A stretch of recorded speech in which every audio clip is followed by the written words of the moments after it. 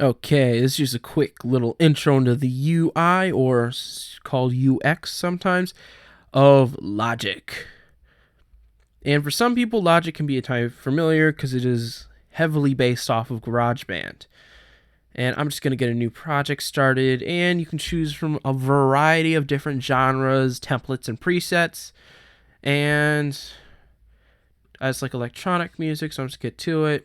Down here, you get to just do a lot of different little settings and stuff. You know, change your input, audio output, and a lot of other various settings, and it can get even more advanced as you open the project. So I'm just going to choose this. It's going to just load for a little bit. It should load.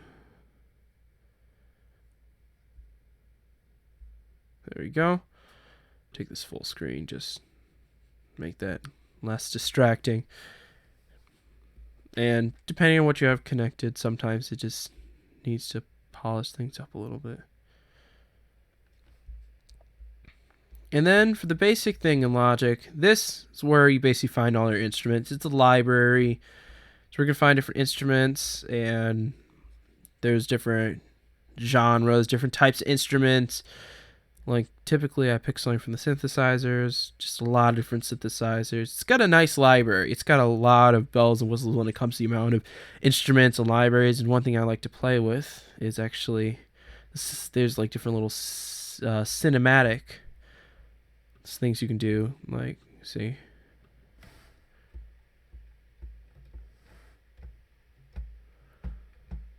That's just one of the fun things. And then right here is just kind of an info pane. It's got just info on a lot of different things, a lot of different settings. I haven't even explored all of what they can do.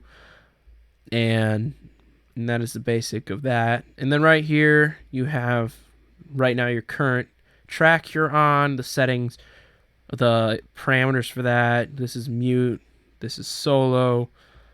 And it's basically what it just has a few, it's expounded upon what the information that is displayed right here on the track head.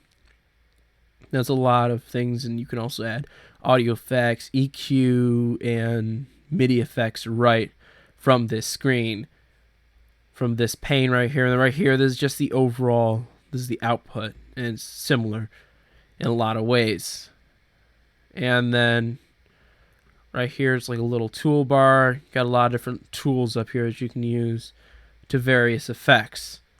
And this is basically my replacement. So if you need any quick help, what it does, this little help pane, you put your thing over it and it will tell you a little bit about it. And then if you want to explore for more information, then it will tell you about if you press the key command at the bottom right there.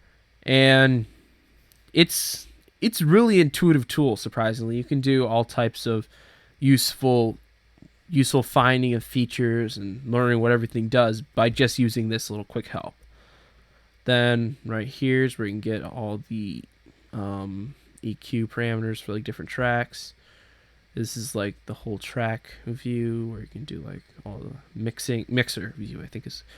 This is like the piano roll and the scores, step editors, basically where you'll actually input and edit your different MIDI regions.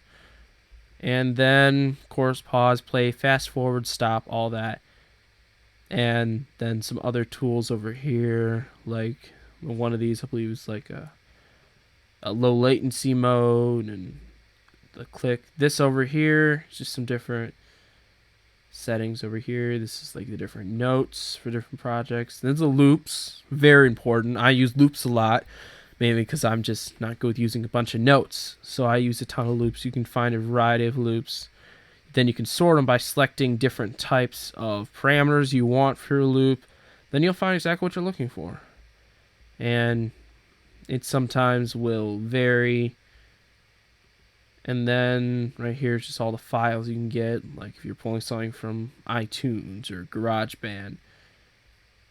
Now, here's an important thing about the UI you need to remember, is that there is a setting, hold on, just give this a minute to load. There's a setting that basically changes the UI to the point where it's almost just like GarageBand and is pretty much dumbed down. So Logic starts out that way as far as I remember. So you got to be careful, because I'm like, why'd I buy this? It looks just like GarageBand.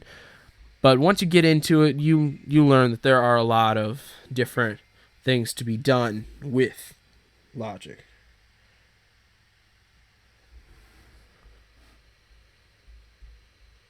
And let me show you. So if you go in settings, preferences, general, then if you go to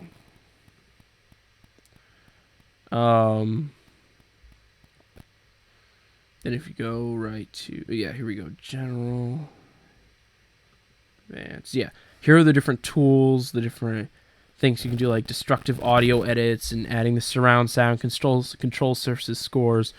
I have it set so allow the MIDI and all that. I show some advanced tools, editors, browsers, all that. I truthfully, some of this stuff is way beyond me, so I keep them off. But you can really power it up. As I say, I'm literally running this at like 10% power. There's a lot to be done behind Logic. And that is the basic overview. There are a lot of other things I could say about the workspace and the volumes and all that, but that is the basics of it. The moment you walk in, stuff you see, and time to start making music.